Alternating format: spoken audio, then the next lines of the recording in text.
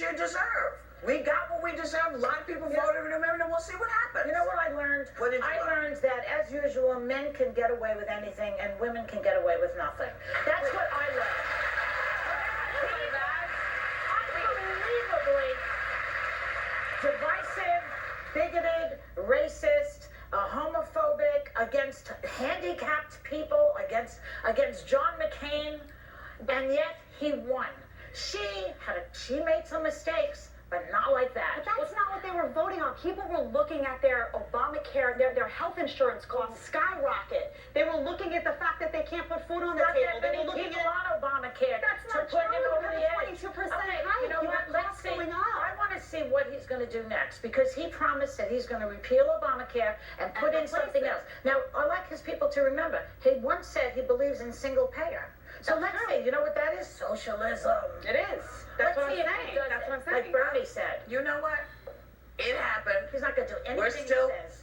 well, if he doesn't, we can kick his ass out. He's going to build a wall. There is such a thing called impeachment, you know. But you know, look, we still have to put food on the table. We still have to go to work every day. We still have to feed our kids. And, you know, we've walked through these fires before. This is not the first time this has happened. And here's the good news. Yeah. Comedians are going to have a ball.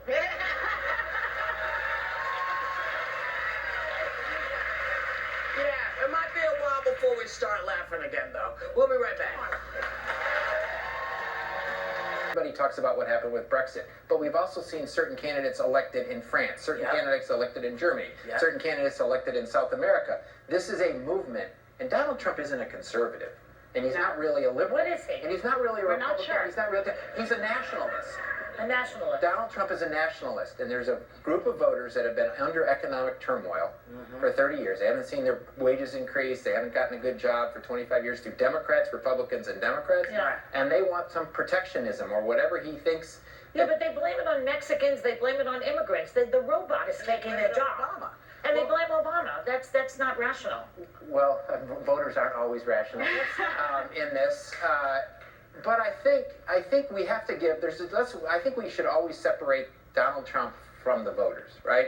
And I think it's always a mistake to go after the voters. I think there are some people among his voters that are in many ways deplorable. Some of his voters, The Klan, and the Nazi Party, like that. yeah, KKK. Those are the deplorables that Hillary was referring to. But I also think we have to understand where they come from. They are the vast chunk. When you take out the coasts, they're the vast chunk of America in between.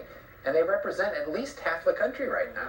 On that note, I want to ask you, we heard Donald Trump's speech last night, and he talked a lot about unity, how he was going to be the president to all Americans. But you have so many people who dislike him and who are devastated by these results. How does he even begin to ease people's minds that some of these comments that he made in the past that were divisive doesn't mean that he's not going to turn around now and be everyone's president? Well, I think that's a very crucial point. I was happy to see his speech yesterday, which seemed to be the most measured, calm words that he's spoken in the course of this. I think he sent out a tweet. Was he medicated? I don't know.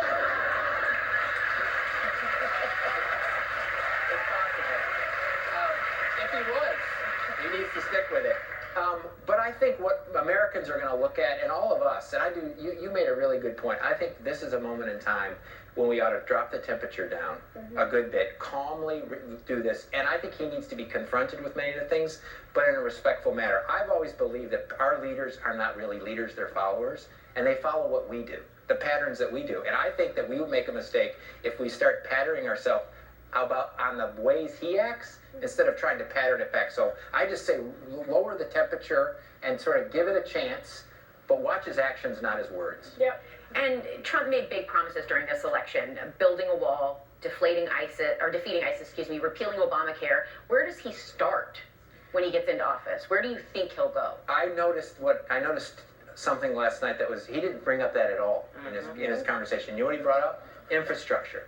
He brought up saying we need to reinvest in our roads, our airports, our hospitals, and all that, which would be, and he'd get Republican support and Democrat support on that. And so I think that was a smart thing to say, because then he can quickly get a win, and he needs a win, and he can show to reach across party lines. Well, that was exactly what Obama suggested in the jobs bill, that the Republicans said no, no, no, no, no.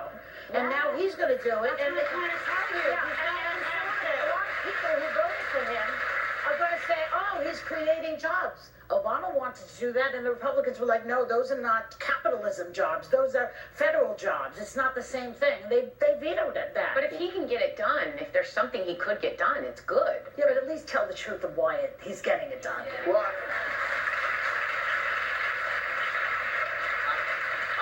I think we should start. I mean, I agree. I think the Republicans were obstructionists in the course of the presidency. I actually fault Barack Obama, who I voted for, and I think has turned out to be one of our great leaders in this.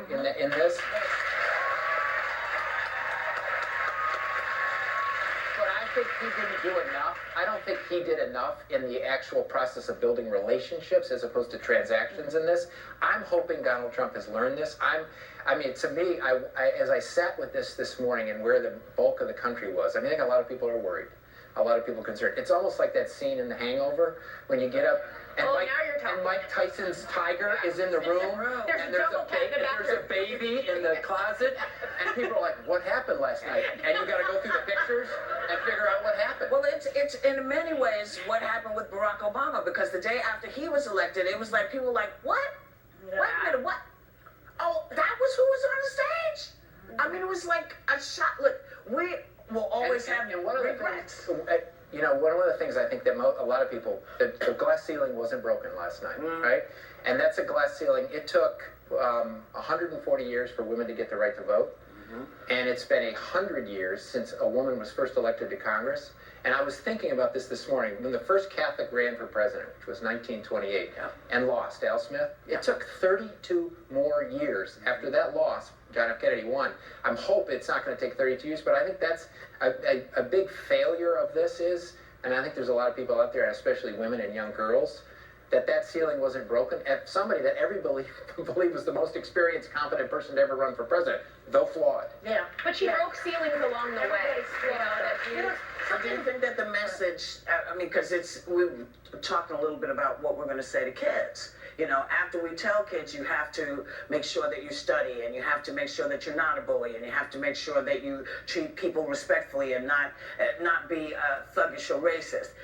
And kids waking up saying, well, how did this, because what do you say? It trickles down. Well, yeah, I have a daughter and I have 3 sons, and I think it's a big concern, because I think that we look to our leaders to sort of say, what are the ideals that we live by, right? And we look at them and we say, how we practice. I think it's one of the great things about Barack Obama and Michelle Obama. It's a family that you sort of look at, no matter your politics, and say, that's an ideal that we live up to.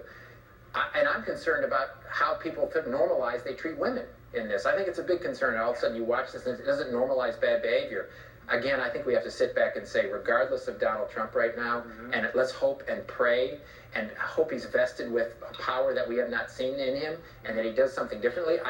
He can be a flawed character that gets us to a better place, but I think we ultimately have to sit back in our own families and decide how we want to be. I like that. You know, Matthew, you should come more often. Yes, great. We like that. Thanks to Matthew Dowd.